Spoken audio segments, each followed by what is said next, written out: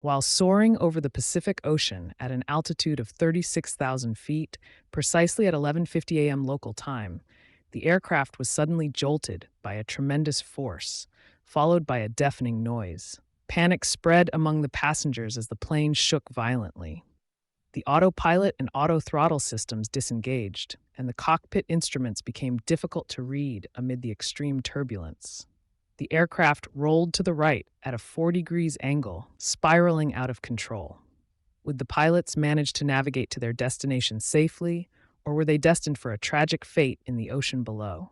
This is the story of United Airlines Flight 1175. Background: on February 13, 2018, the day before Valentine's Day, 363 passengers and 15 crew members boarded United Airlines Flight 1175, traveling from San Francisco International Airport to Honolulu, Hawaii. A direct flight from San Francisco to Hawaii typically takes about 5.5 hours, predominantly crossing the Pacific Ocean with no other countries in between. Most passengers were likely en route to the Hawaiian Islands for Valentine's Day, blissfully unaware of the unexpected and thrilling twist of fate that was about to unfold, an experience they would never forget. The aircraft designated for this journey was a Boeing 777, a long-range wide-body twin-engine airplane with a maximum takeoff weight of 545,000 pounds. At the time of the incident, the Boeing 777 had a relatively low accident fatality rate, having accumulated nearly 990,000 flight hours and over 16,000 cycles since its inception. A cycle represents a complete operation of an aircraft engine, from start to shutdown, which is vital for tracking engine wear and maintenance. The aircraft was equipped with Pratt & Whitney PW4077 turbofan engines. In the cockpit, the crew consisted of 3 pilots: Captain Benham, aged 57, serving as the monitoring pilot, and 60-year-old First Officer Paul Ayres, the flying pilot. An off-duty United Airlines First Officer, Ed Gagarin, occupied the jump seat. Captain Benham had amassed over 13,000 flight hours, including 360 hours on the Boeing 777, and his experience in acrobatic flying would prove crucial later in the flight.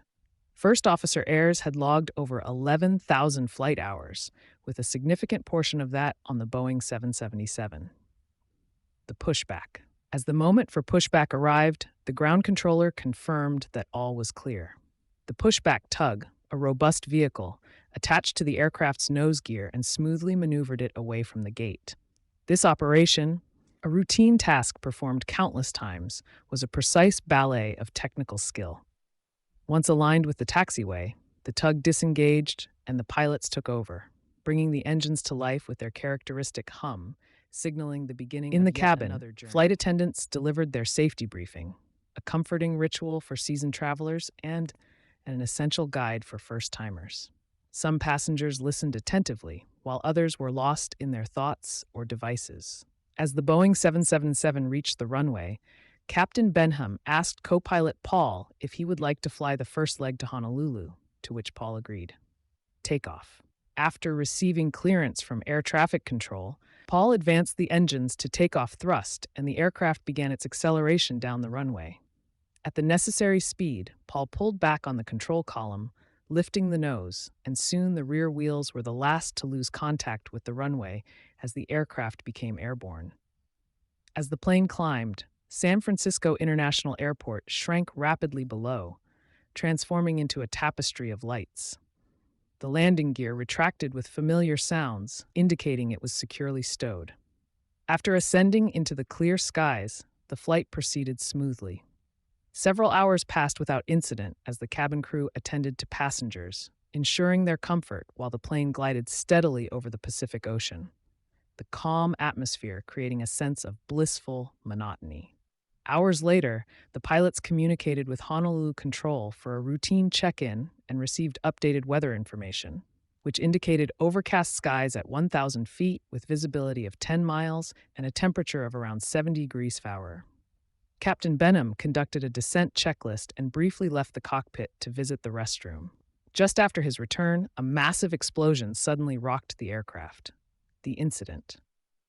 The aircraft jolted violently, causing the autopilot and autothrottle to disengage. The extreme shaking rendered the cockpit instruments nearly unreadable, and the noise was reminiscent of a metal structure collapsing, filled with the sounds of bending and crushing metal. The intense turbulence forced the pilots to shout to communicate. Flying over the Pacific Ocean and far from any landing site, the aircraft abruptly rolled to a 40-degree angle, spiraling out of control. The pilots were unaware that the right engine had suffered a full-length fan blade fracture. Passengers were gripped by fear as the captain declared an emergency, with confusion reigning in the cockpit. Captain Benham called for First Officer Paul's assistance to lower the nose and correct the steep angle.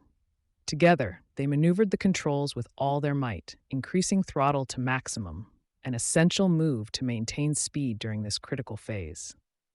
Using his 40 years of flying experience, including acrobatics, Captain Benham sought a balance point to maintain flight and prevent a descent into the ocean.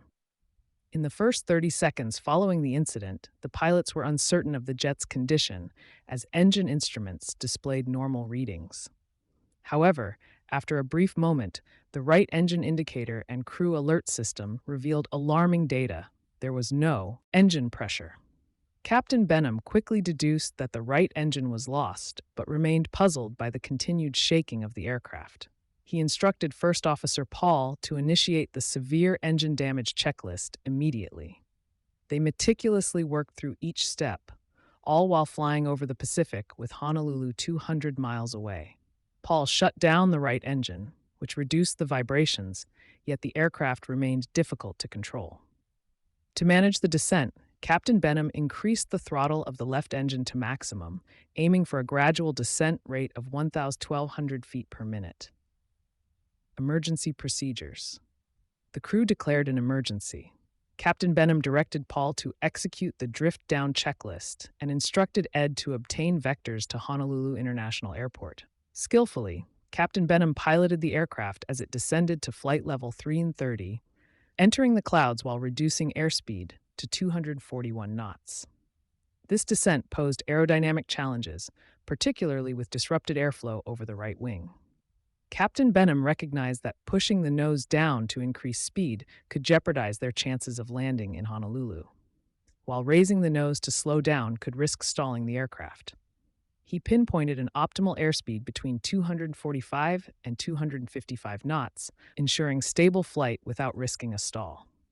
With the left engine producing 90,000 pounds of thrust and the right engine shut down, he anticipated a one-shot approach and landing in Honolulu. Maintaining control under challenging conditions, Captain Benham continuously calculated altitude, airspeed, and distance.